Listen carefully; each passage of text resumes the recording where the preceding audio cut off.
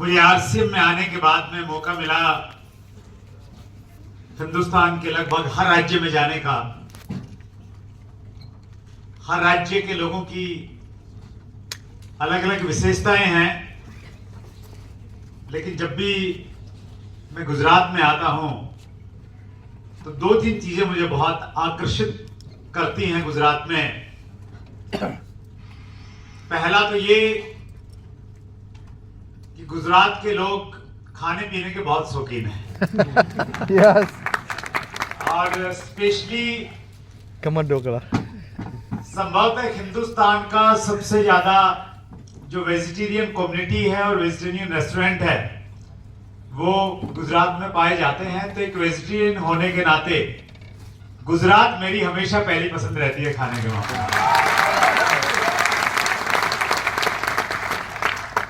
और पूरा देश आरसीएम की जो पारंपरिक व्यंजन है, पुरानी डिशेज हैं, उनका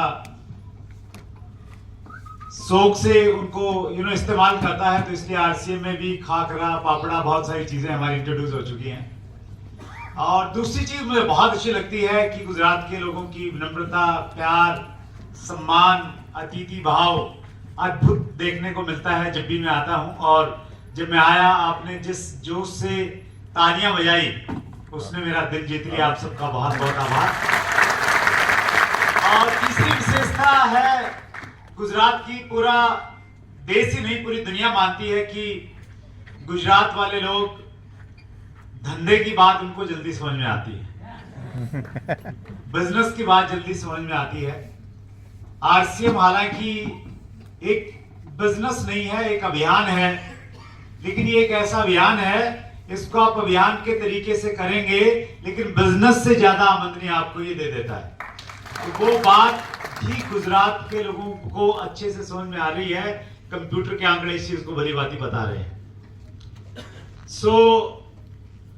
मैं आपसे कुछ बातचीत करूं उससे पहले मैं ये जानना चाहता हूं ऐसे कितने साथी हमारे बीच में हैं जो पहली बार इस प्रकार के प्रोग्राम में आए हैं, फर्स्ट टाइम जो आए हैं। प्लीज एक बार हाथ खड़ा करें और एक बार अपनी जगह से आप खड़े हो जाइए ताकि हम सब आपका स्वागत कर सकें, क्योंकि आज आप मेहमान के रूप में हमारे बीच में आए हैं। बहुत जोरदार तालियों के साथ स्वागत करेंगे।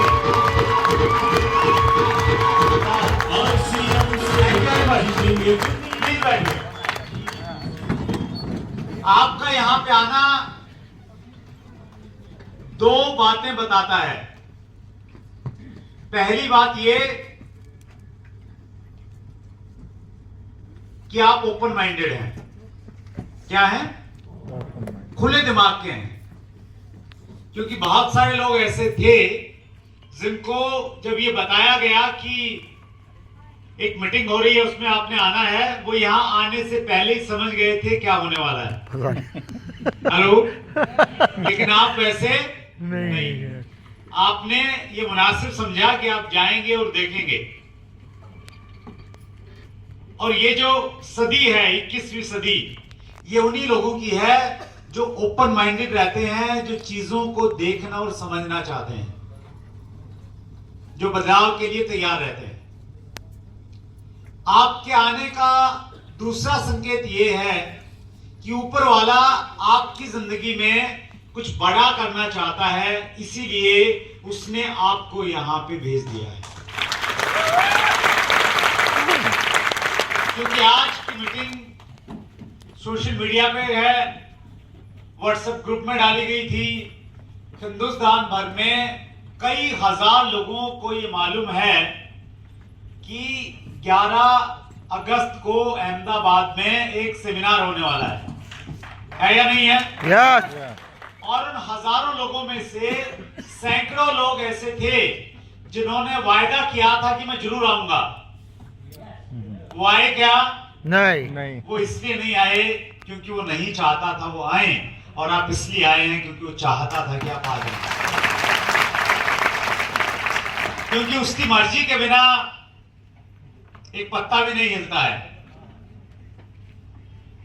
वो हम सब लोगों को आगे बढ़ाने के लिए अवसर प्रदान करता है, लेकिन वो सीधा आके कभी किसी को नहीं बोलता। दो लाइनें हैं कि यूं तो लाखों बहाने आते हैं उसे जगाने के, यस यूं तो लाखों बहाने लाखों बहाने आते हैं उसे जगाने के, घरों पे दस्त के देने खुदा जाया नहीं करते।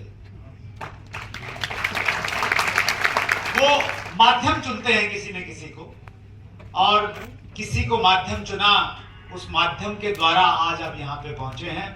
तो हम सब आरसीएम अभियान में, आरसीएम परिवार में एक बार फिर बहुत जोरदार तालियों से आप सभी मेहमानों का स्वागत करते हैं।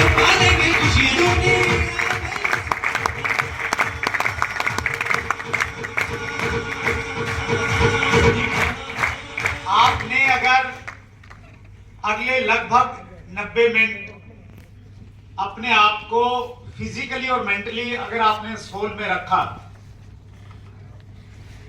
तो मैं अपने अनुभव के आधार पे कह सकता हूं कि ये 90 मिनट आपकी जिंदगी के सबसे महत्वपूर्ण 90 मिनट हो सकते हैं।